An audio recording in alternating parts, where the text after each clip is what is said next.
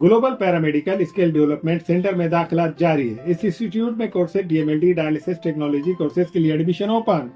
Maharashtra paramedical council के registration की सहूलत 10 के बाद 2 साल डिप्लोमा करने पर बीएससी में दाखिला मिलेगा। इन कोर्सेज में दाखिला जल्द लेकर एक कामयाब मुस्तकबिल की सिमत कदम बढ़ाए। Global paramedical skill development centre, Maltigiri road, Ubaid residency, Nanded.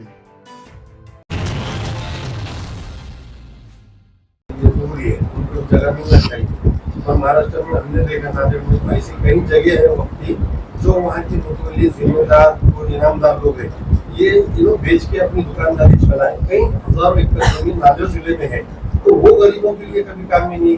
आज ये बिल आने के बाद हम गरीबों को सोच रहे, तो ये कौन सी जगह है, कौन से गरीबों को देंगे, आप किस तरीके से देंगे? ये लोग में कार्रवाई होना है जो ये वक्त की जमीन बेच के अपने घर बेचे और कुछ सियासत की लोग। आपके सवाल के जवाब में 3 बात मैं कहता हूँ।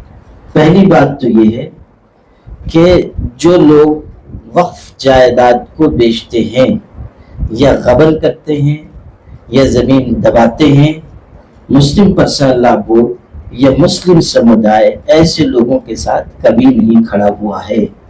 हम तो ये कहते हैं कि वो बहुत बड़ा जुल्म कर रहे हैं, खयानत कर रहे हैं और उनको वो सज़ा मिलनी चाहिए जो मुजरिमों को दी जाती है।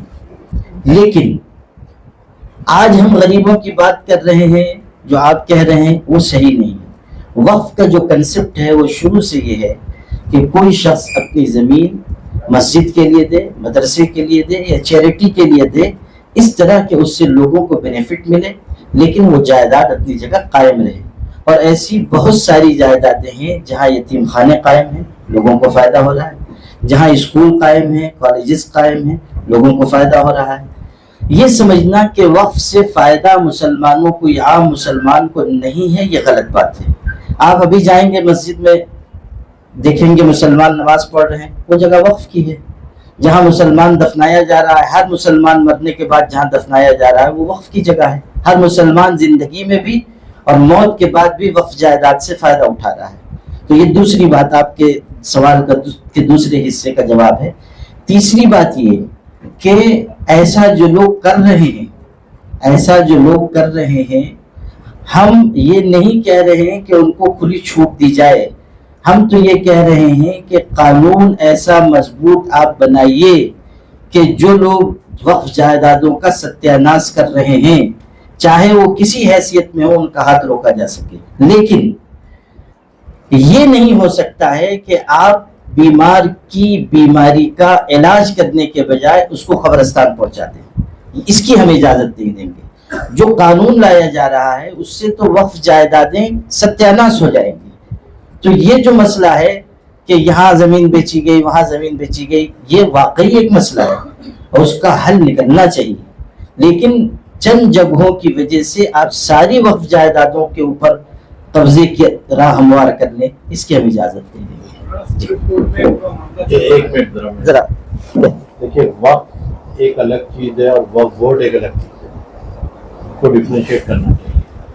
मौजूदा जो कानून आ रहा है वो वक्फ को ख़त्म कर रहा है, वक्फ बोर्ड को सहूलत दे रहा है, वक्फ को ख़त्म कर रहा है। वक्फ बोर्ड कौन बनाता है? गवर्नमेंट बनाती है। उसको नॉमिनेट कौन करता है? गवर्नमेंट करती है। तो गवर्नमेंट ऐसे लोगों को लाए जो बेहतर हो। तो उनकी वजह से, जैसे वो कहते हैं वो करप्शन करते हैं, जैसा आपने बताया, तो फिर ऐसे लोगों क्यों गवर्नमेंट ला रही है? गवर्नमेंट उसका इलाज करे ना, वक्फ को खत्म करने के इलाज नहीं करे। जो लोग इनक्लोजर्स हैं, जो लोग काबिज हैं वक्फ बोर्ड के मामला में सकते हैं, उनको पहले सजा 2 साल की थी पुराने लोग, अब 6 महीने ही कर दिया। तो क्या आप उनको सहूलत दे रहे हैं? क्या उनको उनके हौसलों को आप बढ़ा रहे हैं? पहले 2 साल की सजा थी, आपने 6 महीने की कर दी है। तो उसको आप बढ़ाना चाहते हैं। जो इनकोचर्स को, जो कब्जा करने वाले लोग हैं, जो काबिल लोग हैं, उनको आप सहूलत देना चाहते हैं कि 2 साल की जगह 6 महीने जेल में रह के आ जाओ और खाते पीते रहो। तो हम ये समझते हैं कि इनको, यानी कॉमन आदमी को भी और हमें भी, वक्फ को और वक्फ बोर्ड को डिफरेंशिएट करके देखना चाहिए। मामला सुप्रीम कोर्ट में है और जैसा कि आप बोल रहे हैं, आइन के खिलाफ ये कानून बनाया गया। कोर्ट ने ये बोला था इस मैटर में कि कानून बनाना पार्लियामेंट का अधिकार है, उनका अधिकार का इस्तेमाल करके कानून बनाए। अब वो कानून आइन के खिलाफ है, ये साबित करने में किस हद तक कोर्ट जो पेश कर पा रहा है, क्या دیکھیے ہمارا تو بنیادی اسٹینڈ یہی ہے. دو باتیں ہیں. ایک تو ہم یہ کہہ رہے ہیں کہ دستور ہند نے جو مذہبی آزادی دی ہے اس قانون کی وجہ سے وہ مذہبی آزادی چھینی جا رہی ہے. اور دوسری بات ہم یہ کہہ رہے ہیں کہ دستور ہند اس بات کا پابند بناتا ہے کہ کسی کے ساتھ بھی مذہب، نسل یا زبان کی بنیاد پر کوئی تفریق نہ کی جائے. اور یہ قانون تفریق کر رہا ہے. تفریق کس طرح کر رہا ہے کہ آپ وقف بورڈ میں تو غیر مسلم بھائیوں کو نمائندگی دینے کی بات کر رہے ہیں، تو کیا جو ہمارے ہندو بھائیوں کا ہندو اینڈومنٹ ہے اس میں بھی مسلمانوں کو رکھا جائے گا؟ نہیں رکھا جائے گا. یہ تفریق ہوئی کہ نہیں ہوئی؟ آپ اس طرح مذہب کی بنیاد پر تفریق اگر کر رہے ہیں تو یہ دستور کی مخالفت ہے اور دستور سے تصادم ہے. تو ہمارا بنیادی اسٹینڈ تو یہی دو ہے کہ یہ مذہبی آزادی کو چھیننے کا باعث ہے اور دستور ہند کی بنیادی دفعات سے ٹکرا رہا ہے. اور ہمارا یہ مطالبہ ہے کہ آپ اس کو واپس لیں. ہم یہ نہیں کہہ رہے ہیں کہ یہ ترمیم رہنے دیجیے، یہ ترمیم ہمارے اوپر لاگو کر دیجیے یا اس کو واپس لے لیجیے. ہم یہ کہہ رہے ہیں کہ اس کو پورا واپس لے لیجیے.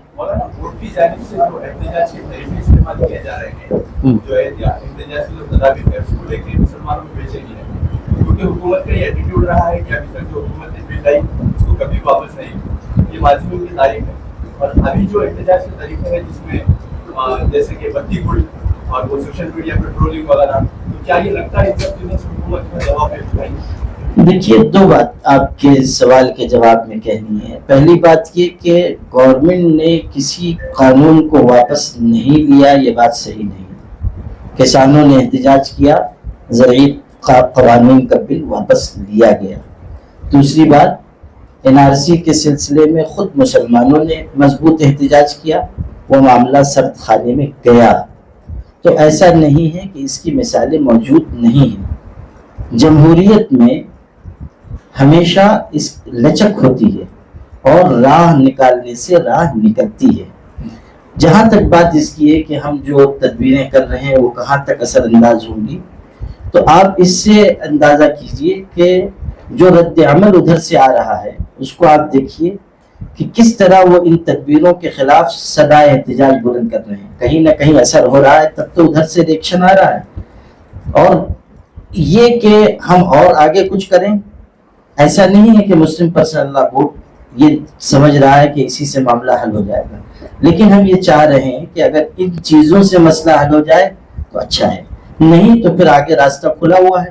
ہم اس میں کچھ اور مزید سختی لا سکتے ہیں، کچھ اور اقدامات ہم طے کر سکتے ہیں جیسا کہ بورڈ نے اعلان کیا ہے. ابھی ہم نے 13 جولائی تک ایک اسٹیپ مقرر کیا تھا جس میں یہ سب کام ہو رہے ہیں. 13 جولائی کے بعد اور اس وقت تک سپریم کورٹ کا بھی ہو سکتا ہے کوئی فیصلہ آ جائے گا، تو اس کے پیش نظر پھر ہم اگلے اسٹیپ کے بارے میں کوئی فیصلہ کریں گے انشاءاللہ. جی داخل کی گئی ہے اور جو صورتحال کیا ہے اور کیا وہاں سے انصاف کی امید ہے؟ انصاف کی امید ہے تبھی تو ہم گئے ہیں. صورتحال یہ ہے کہ عدالت نے ہماری بات بھی سنی ہے اور گورنمنٹ کی طرف سے وکیل نے جو باتیں کہی ہیں اپنے فیور میں وہ بھی گورنمنٹ نے عدالت نے سنی ہے، سپریم کورٹ نے. اب فیصلہ محفوظ ہے، اب دیکھیے وہ کب فیصلہ سناتے ہیں. لیکن ہم نے جو اپنی بات تھی وہ مضبوطی سے رکھ دی. ادھر سے جو بات آئی، جو گورنمنٹ نے جواب داخل کیا تھا، ہم نے اس کے اوپر بھی جواب دیا اور وکیلوں نے اچھی بحث کی ہے اور اندازہ یہ ہے کہ انشاءاللہ کچھ نہ کچھ بہتر فیصلہ آئے گا. جی جناب. جی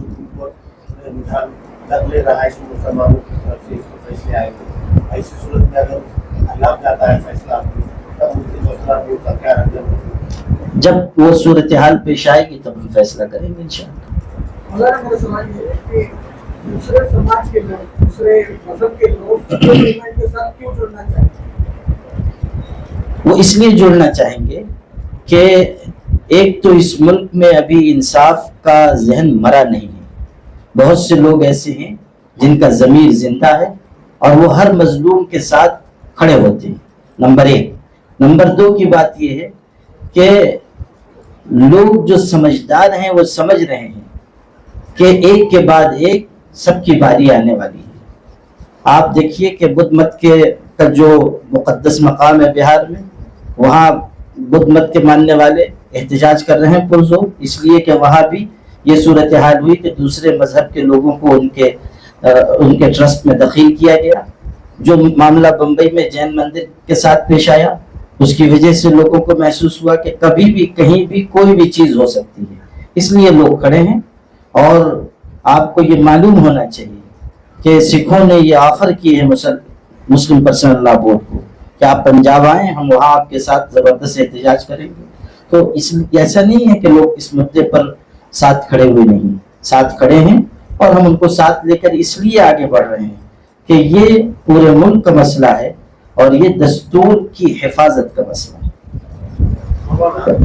मुसलमानों को लेकर कई मसाइल पैदा कर रही हुकूमत खासतौर पर, और दिन ब दिन मुसलमानों की जमीन कम होती जा रही है, इसके पीछे क्या वजह होती है? देखिए, इक़्तिदार की सीढ़ियाँ तय करने के लिए मुख्तलिफ एजेंडे होते हैं, उनमें से एक एजेंडा ये भी है।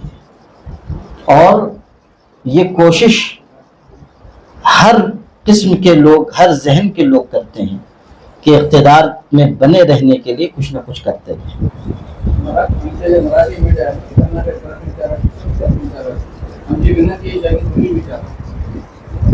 हाँ, अगर किसी को कोई बात पूछनी है, मौलाना रफ़ीउद्दीन साहब जो है जवाब दे सकते हैं, ये माशाअल्लाह मराठी अच्छी जानते हैं। अगर किसी को कोई बात हाँ मराठी में पूछनी है, वैसे हम लोगों ने कोशिश की कि कुछ मिला जुला के काम चला लें, लेकिन अगर फिर भी कोई बात पूछती हो तो पूछ ले। समझ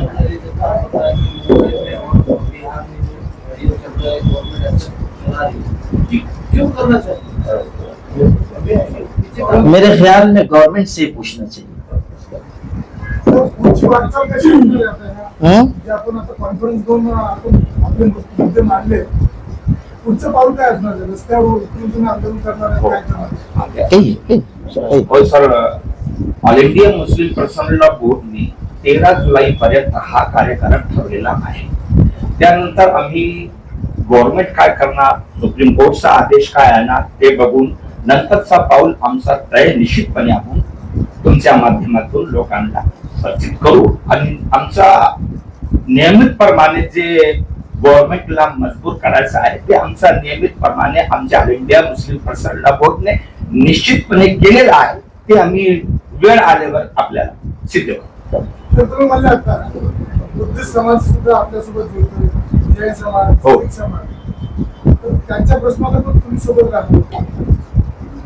भारतामध्ये जे संविधान आहे ते डॉक्टर बाबासाहेब आंबेडकरांनी जे लिखित आम्हाला संविधान दिलेलं आहे त्यामध्ये असंच आहे की आम्ही भारतीय म्हणून सर्व जात समाजचे लोक हा संविधान मध्ये एकत्रित आहे।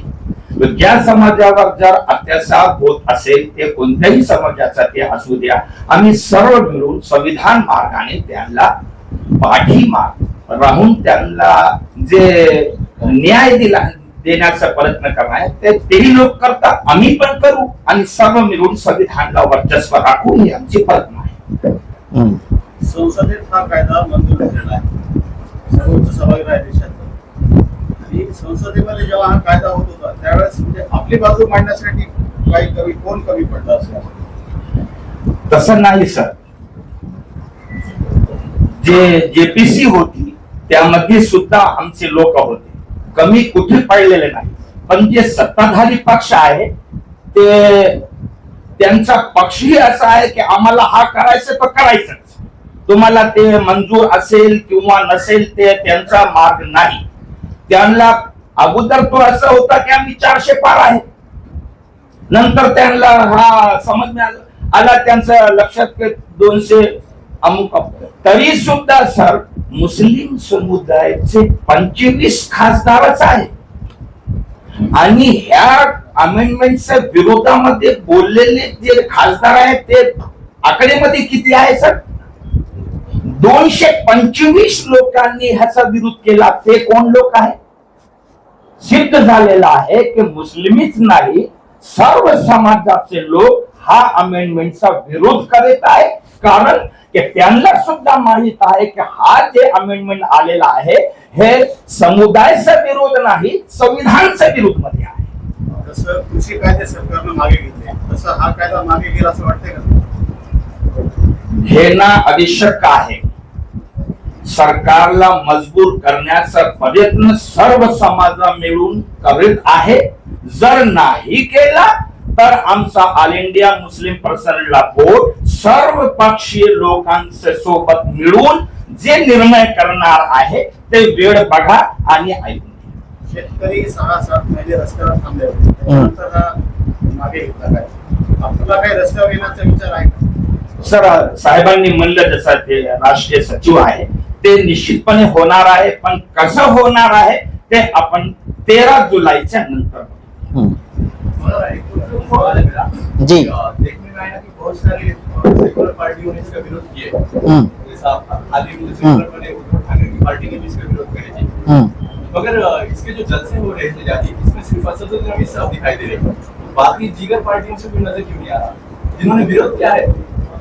नहीं, ऐसा नहीं है कि नजर नहीं आ रहे हैं, मुख्तलिफ जगहों पर शरीक हो रहे हैं.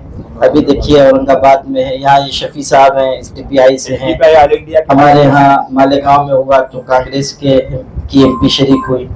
वहाँ तालकटोरा स्टेडियम में प्रोग्राम हुआ, उसमें कई सियासी पार्टियों के लोग थे. तो प्रकाश अम्बेडकर साहब कल आ रहे हैं औरंगाबाद के इजलास में, तो हम लोग तो कोशिश कर रहे हैं और जैसे जैसे बात आगे बढ़ेगी तो सब शरीक होंगे इंशाल्लाह. अच्छा, आजकल तो दबदबा उनका बैरून मुल्क भी चल रहा है, उसको क्या कीजिए.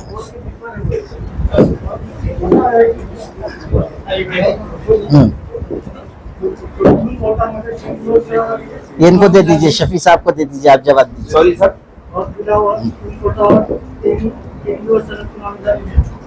आणि सुनावणी चांगल्या प्रकारे झाली हे सुद्धा आपण मान्य केलेलं आहे. निकालही चांगला येईल, अपेक्षित येईल असे तुम्ही आता मान्य केलेलं आहे. तरी परंतु हे आंदोलन करण्याची आवश्यकता सर, थोडासा मी करेक्शन करतो. आम्ही कुठं असं मानलेलं आहे की निकाल आम्ही स्वीकार करणार नाही, स्वीकार नाही, अपेक्षित येईल. अपेक्षा आहे ते आमची सुप्रीम कोर्ट आहे म्हणजे अपेक्षा आहे की न्याय मिळणारच. जर मिळालेला नाही तर 13 जुलैच्या नंतर आम्ही सर्व मिळून काय करायचे ते निश्चितपणे आपण सांगू. नासिर साहब, आप शुक्रिया अदा करते हैं. निकालचा या शफी अगोदर साहब को दे दीजिए. निकालचा अगोदर काय निकाल तर आता येणारच आहे. आम्ही 13 जुलै म्हणणारच आहे.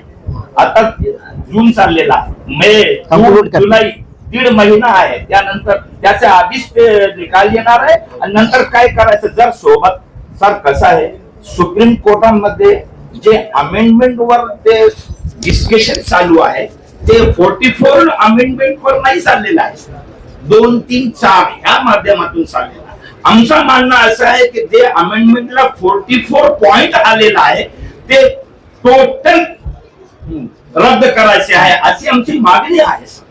तर जर सुप्रीम कोर्टाने काही डिसिजन दिला तरी सुद्धा असा आहे आमचं जे मागणी आहे ते आहे की ह्या अमेंडमेंट रद्द करावा. शुक्रिया अदा करते हैं.